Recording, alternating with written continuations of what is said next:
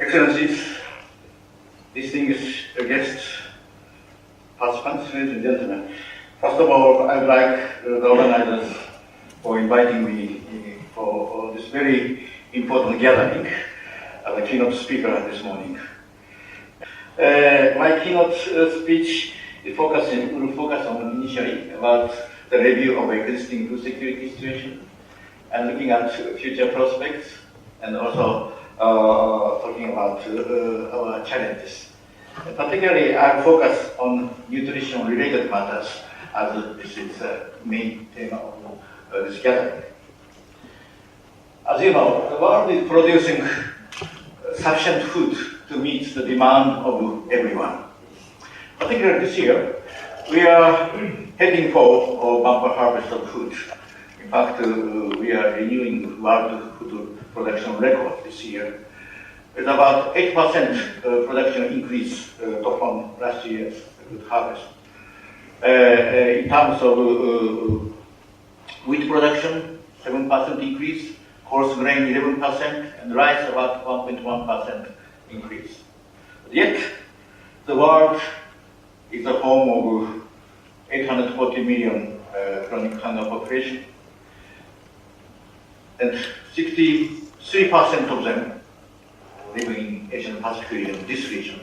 In fact, the problem of chronic hunger is not just a problem of Africa, but indeed, such large portion of chronic hunger live in the region where we live. And we need to look at this as our internal problems, being population that we live in the same ground. Having said, the progress in eradicating or reducing chronic hunger differ considerably among the region and sub-regions. In case of East Asia and Southeast Asia, there are very identical progress in eradication or reducing the number. On the other hand, South Asia is very slow. Still, nearly 300 million people are undernourished and constitute about 35% of the regional chronic hunger population. And we look at Sub-Saharan Africa, the chronic hunger population continues to increase. So this is what the world we live. But in general, we are in a world that having increased disparities in the region base. We look at, once again, 842 million people worldwide remain undernourished. And this is about 1 in 8 people are undernourished. And 1 out of 4 children under the age 5 are stunted, which may affect their lifetime physical and mental growth. And this is one of the most critical issues that we are now facing. And 26%, or around 160 million people of the world's children are stunted. And 30% of the world population suffers from 1 or more micronutrient deficiencies. And as I said, Asian-Pacific region accounts for near 63% of the chronic hunger population. And nearly 3/4 of people with micronutrient deficiencies live in Asia. And South Asia, around 39% of children under the age 5 are stunted. In fact, this is one of the indicators that rapid economic growth in the Asia-Pacific region, recorded highest among all regions in the world, is not resulted in reducing chronic hunger population in the region.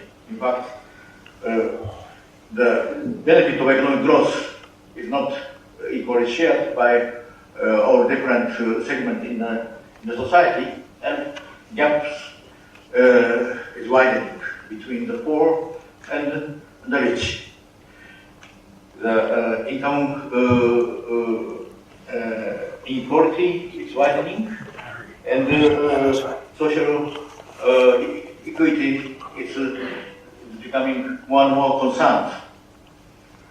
And this is what we live on the planet. This is happening also both in the middle-income countries and the least developed countries, we observed. Having said, in overall, the Asian region is heading for meeting the MDG target, #1 hunger goal.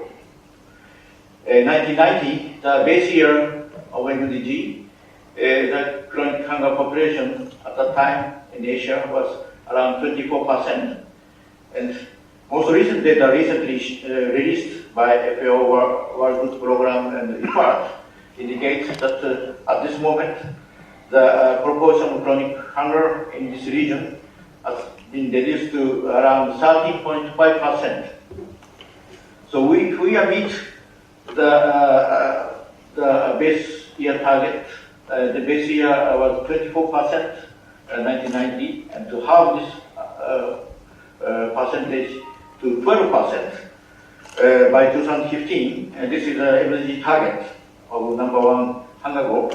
We are at 13.5%. There is only margin of 1.5% to achieve in next 1 year and a little more.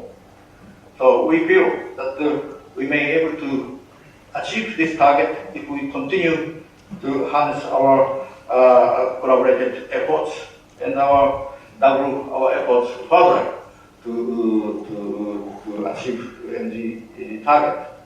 But having said, this is the average in Asia. It varies a lot between Southeast Asia and South Asia, between the countries. This is what we did. However, MDG #1 target to reach 12% is the target of MDG #1. But our goal is to eradicate hunger, to achieve zero hunger. That is our goal, and we should not forget. And in fact, this 12% remaining as chronically hunger, they are the people suffering continuously in present world. And without helping them, without targeting ourselves to eradicate hunger, fundamental problem in our society will not be resolved.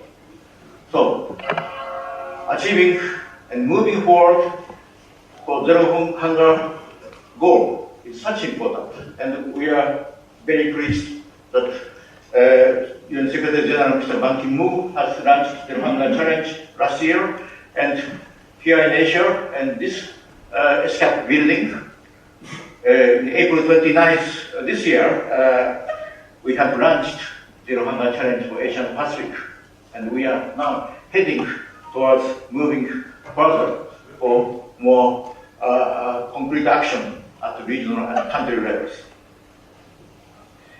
I would like to look at a little more details on stunting children problems under age 5. You can see from here, there have been rapid reduction in the percentage of children under 5 years of age who are stunted, from 48% in 1990 to 27% 2011 in average total. This rate declines nearly identical to that of the undernourishment. However, the prevalence of stunting in children under 5 years of age is still unacceptably high in many countries and regions, especially you can see like Afghanistan, Timor-Leste, India, Laos, Bangladesh, Pakistan, Cambodia, and Nepal, Indonesia, and so on. And at the same time, we are having even higher number of overweight and obesity population on the planet.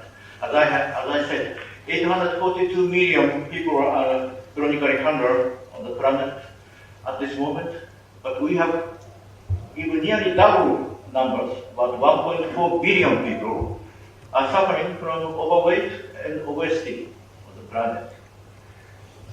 This is a fundamental social injustice I can see in the modern world and the world of plenty.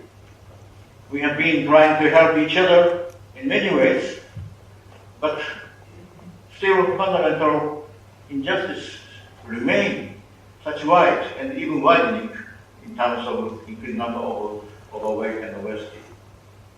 And globally, around 35% of adults aged 20 and over were overweight at the time of 2008, but maybe perhaps even more at this moment. And in 2008, 10% of men and 40% of women in the world were obese. This was almost doubled from that of 1980. And we also look at non-communicable disease resulted due to the overweight at a young age in developed countries. The highest increase in non-communicable disease are expected in Africa and also Southeast Asia and Southern Mediterranean, and over 20% increase expected by 2020. So obese issues, problems, overweight problems are also now problem in children, young age. So what are the contributing factors? There are many factors. I will not describe everything, but poor diet, low quality, variety leads to the hunger and malnutrition. High food prices accelerate food insecurity and malnutrition. Equal distribution of benefits of economic growth, widening the income disparity and inequality, reducing the reduce development of local food resources, less research, investment into non-rice-based foods, neglect of traditional food systems, loss of traditional knowledge, and growing, harvesting, and preparing, processing, and consuming. There are many factors affecting, contributing to the factors. And also, lack of awareness on nutrition issues by the mother or food makers in the family. There are many factors. I will not write everything here. Now, we look at world population. We are expecting to have rapid population growth for 2050. At the moment, we have 7.1 billion world population now, but we anticipate it to reach over 9 billion, 9.2 billion by year 2050. So, to meet growing world population, we have to increase food production, and particularly next 30 to 40 years is a critical period. You can see after 2050, perhaps most likely the pace of population growth will stagnate, slow down. But in the next 30, 40 years, this is a critical time that we have to meet the rapidly growing world population and produce more food. And this is also to meet this rapidly growing population. Our question is whether we can produce enough food to meet the growing demand. According to FAO's recent calculation, we need to increase food production by 60% worldwide, or 70% in developing countries by 2050 to meet the need of growing world population. And our question then whether we can really to increase food production by 60% by 2050. In fact, the arable land on the planet is almost fully exploited, or there is very little room to increase. So, FAO anticipates, according to our calculations, that 91% of food production increase should come from existing arable land by advancing agricultural research and increasing yield. And 3 to 4% may come from expansion of arable land and 45% should come from agricultural intensification. This is we FAO predict, and we think we can achieve. But there are many challenges and uncertainties to achieve this goal. Population increase, yes, as I said, and rapid urbanization. As you know, at present, nearly 60% of nearly 50% of world population live in cities. By 2030, we expect that nearly 60% of world population live in cities. By year 2050, we predict that nearly 65 to 70% of world population would live in cities. This is a result of migration from rural to the urban, but also expansion of urban areas to the outside of the present urban cities. The combination factors will result in such rapid urbanization. Then who is going to produce our food in the rural areas? Aging of farmers is taking place. In case of Thailand, I remember the average age of farmers is nearly 60 years old. In Japan, it's 66 years old. And this is happening in many countries in Asia. And also, agricultural labor force is declining. The numbers of agricultural labor are declining. And consumption pattern of food will change if such urbanization takes place in such speed. And also, there is changing consumption pattern of food in worldwide, particularly in the middle-income countries, China, Brazil, India, Indonesia, the large populated countries with rapid economic growth necessitate resulted in an increase in the middle-income population and changing of dietary patterns. They consume more calories, they consume more meat, fish, milk, eggs, and this is happening already. And according to recent UNDP report, in Asia-Pacifc region, the middle-income population will be expected to be doubled by 2020, and it will be likely 6 times higher by 2030 from the level 2010. So, if middle-income country population increase such high speed in this region, change of dietary patterns, more demand for milk, meat, fish, it will take place. And also, one of the critical problems is the stagnation of expansion of arable land. In the world, arable land is almost fully exploited. Only 5% of existing arable land can be expanded. That is about 70 million hectares. And majority of arable land expansion can be occurred in part of Africa and Latin America.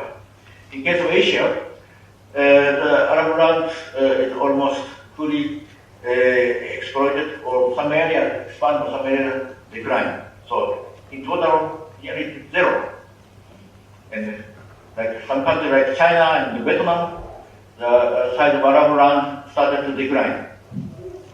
And increasing scarcity of water resources are taking place. You know, water resources are getting lower and lower, and degradation of soil and natural resources, and also declining productivity growth of agricultural products, particularly the crops. It has been recorded in the recent past. During the Green Revolution, rice and wheat, particularly two important staple foods, annual productivity growth average recorded around 3% to 3.5% during the Green Revolution time. But in recent past 15 years, the annual productivity growth of rice and wheat was around 0.6% to 0.8% only. So how we can to meet the expected food production increase under this slow down production increase. This is also a big question, and that's why we need to put a lot of effort in putting our resources to produce agricultural research on one side, but also many other areas that we need to put our effort to ensure sufficient food production in the future. And at the same time, there are a lot of food losses and food waste. About 1.3 billion metric tons of foods are wasted or lost every year. It is about 30% of food production in a year. 30% of food produced on the planet in a year is lost or wasted. In case of fresh fruits and vegetables, about 45% of them production has been lost or wasted. In case of cereals, nearly 30% of production is lost or wasted. More serious concern is a high number of table waste, that foods are cooked and served at the dining table on our family or in the restaurant. In terms of the United States, North America, nearly 25% of foods are cooked and served on the table have been wasted. In Europe, nearly 20%, and developed industrial Asia, perhaps include Thailand, nearly 15 to 20% are wasted after they're cooked. So, in one hand, we have to increase food production by 60% and having many challenges and difficulties, but at the same time, we have such big waste in our daily life.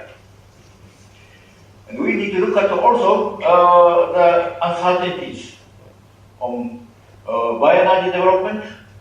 Particularly, it's also associated with crude oil price and other factors, but there are rapid transformation of agriculture towards bioenergy production taking place, and we anticipate that biofuel, bioethanol, and biodiesel production will be doubled in the next 20 years. Demand will be increased, doubled as well. So, the competition of land and water between food crops and the bioenergy crops is increasing. So harvest, the policy should be praised to make sure that our food security will be not compromised by the excess expansion of energy production. That is a very important issue that we need to look at. And climate change is taking place very rapidly as well. And in the worst scenario, that 2080, that nearly 39% of agricultural land might be lost because of climate change. That is one of the worst scenarios we have in our hand. But there are, of course, different estimations. So these are the factors we are going to face. But in the overall, we are living in a world where we are expecting higher production food to meet the demand of a growing population. In the theory, on the paper, we think we can meet, but there are many such uncertainties. That's why we have to prepare for the worst. We have to prepare for any potential food crisis may be happen in the future. But if we prepare for it, we can minimize negative impact. If we cannot meet the demand of world population in the future, what happened in our history? Food real occurred, political unrest, social unrest, terrorism, and we suffer. And this problem is not only the problem in developing countries or poor countries or poor food importing countries, but it's come upon our daily life of everybody and ourselves. What can be done? I'm not going into too much details because I have already explained quite a lot. I don't want to excess my time. Diversify production, increasing population, local growth, selection of local crops based on nutrition content, promotion of small-scale food processing, and so on, so on, and so. And in conclusion, we need to look at proper economic growth. inclusive growth, looking at poor population at the center of our growth, and make sure that inclusive growth is to be put on our target. And eradicating multidimensional poverty and improving well-being of people through targeting poor and sustainable agricultural development is also very crucial factors. And promoting multi-sector and multi-stakeholder engagement. We need to bring all different of the people in the society together to tackle this unprecedented, very serious challenges we have to meet the demand of our growing future population. And strengthening public and private sector partnership, bring together not only public-led intervention, but bring private sector to work together for our future. And invest in agriculture public goods, especially basic research and production, communication and infrastructure are very crucial. And promoting awareness and building the sense of solidarity of all populations and working together because food is our most essential needs for our life, and stability and peace. We should aim to achieve food for all and eradicate hunger, achieve zero hunger, and this can be only done through our concerted effort and working together. Thank you very much.